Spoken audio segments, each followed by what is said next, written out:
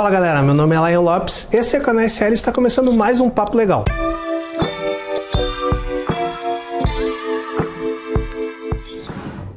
E hoje eu vou falar sobre um assunto que me desafia bastante e que eu tento aprender cada vez mais, que é justamente sobre como ensinar e como aprender. Ao longo desses meus 10 anos aqui dentro do escritório, algo que sempre me desafiou bastante é como criar processos e estratégias para transferir o conhecimento que tu tem, absorvido ao longo do tempo, para uma outra pessoa quando ela começa a trabalhar contigo. E daqui eu vou trazer alguns insights do que eu aprendi ao longo desse tempo todo.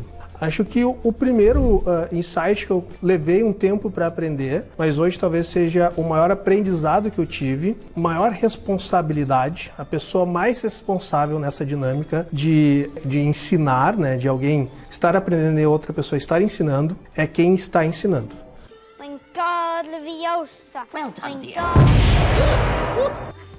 Cabe à pessoa que está fazendo o ensinamento, que está tentando transferir esse conhecimento, em primeira análise, a responsabilidade é dela, porque se tu não está conseguindo fazer essa transferência de conhecimento, provavelmente tu não está criando um diálogo muito construtivo, um diálogo muito alinhado para isso.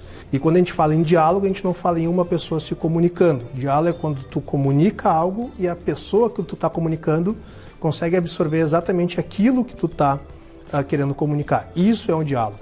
Isso é um processo de aprendizado. Eu tive durante um bom tempo, isso serve bastante como um mecanismo de um pouco de, vamos dizer assim, humildade intelectual também, porque a primeira reação que eu inclusive tive quando eu era mais imaturo profissionalmente, era que nesse processo de ensinar, tu trazer que o problema, se está acontecendo algum ruído nessa dinâmica, tu trazer esse problema para quem está absorvendo esse tipo de conhecimento.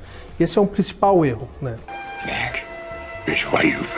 Acho que tu tem que entender muito bem claro, primeiro, qual é o perfil da pessoa que tu está trazendo, comunicando esse tipo de ensinamento, tentar absorver um pouco de como essa pessoa se comunica, de como essa pessoa lida com esse tipo de informação e tu pautar esse método de ensino que seja muito bem alinhado para esse perfil de pessoas. Tanto que eu tenho um pouco de dificuldade de conseguir fazer ensinamento para muitas pessoas ao mesmo tempo. Eu tive experiência dando aula, tanto em pós-graduação, como em graduação e até em mestrado, e foi algo que eu senti bastante, como eu posso dizer, frustrado, porque eu não conseguia realmente transmitir ou conseguir fazer essa transmissão de informações que eu queria ensinar para grandes públicos, Então, eu desisti, não quis mais, e falei, cara, vou tentar trabalhar o máximo possível para conseguir entender como eu consigo educar poucas pessoas de uma forma muito concreta. Ao longo desse processo, então,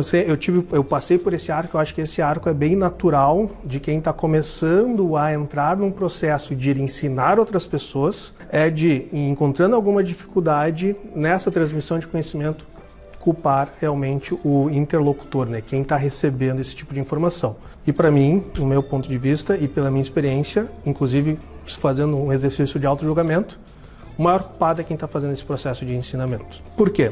A pessoa tem que conseguir identificar quando ela está conseguindo criar algum mecanismo de transferência desse conhecimento que seja eficiente. Porque senão, eu tinha um velho amigo que falava que vira um teatro, essa questão. Eu finjo que eu estou ensinando e a pessoa finge que está aprendendo. Claro que não é algo certo, não é algo tão simples, não é algo tão fácil de conseguir fazer esse tipo de mecanismo de ensinamento. Mas eu acho que essa foi o primeiro aprendizado que eu tive, que é o responsável por fazer a transmissão de conhecimento não é quem está recebendo o conhecimento, mas sim quem está transmitindo. Cabe dele e de responsabilidade dele fazer isso. Inclusive isso hoje dentro do escritório, quando eu vou fazer algumas avaliações dentro do escritório, eu cego para essa premissa. Se numa dinâmica de treinador e treinado há algum tipo de falha, eu sempre vou olhar com o viés de o que o treinador está fazendo errado.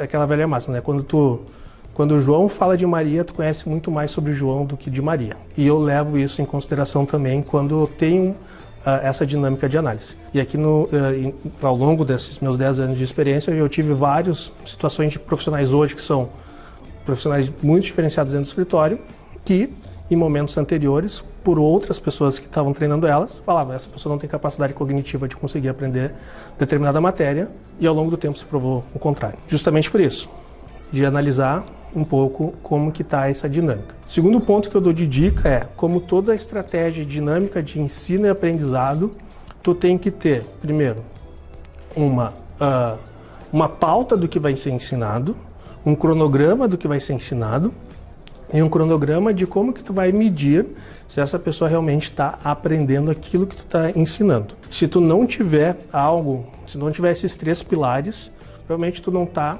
tomando as atitudes mais corretas de fazer a transferência de conhecimento. Então, tu tem que ter a pauta, tu tem que ter o cronograma, tu tem que fazer a mensuração sobre isso. Senão, volta para aquele velho teatro de que eu estou fingindo que estou ensinando, a pessoa está fingindo que está aprendendo. Por fim, o último ponto que eu aprendi ao longo desse tempo é que só teoria não ensina nada. Se tu ensina teoria, tu vai receber teoria.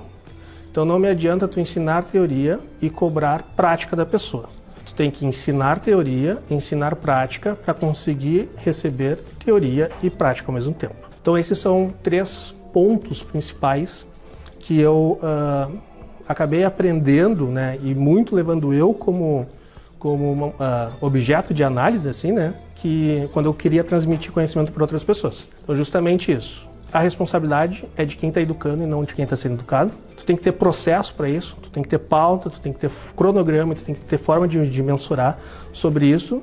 E se tu quiser ensinar algo prático, tu tem que ensinar a teoria, que embasa a prática, mas também ensinar na prática. Porque contra isso tu vai receber só o que tu está ensinando.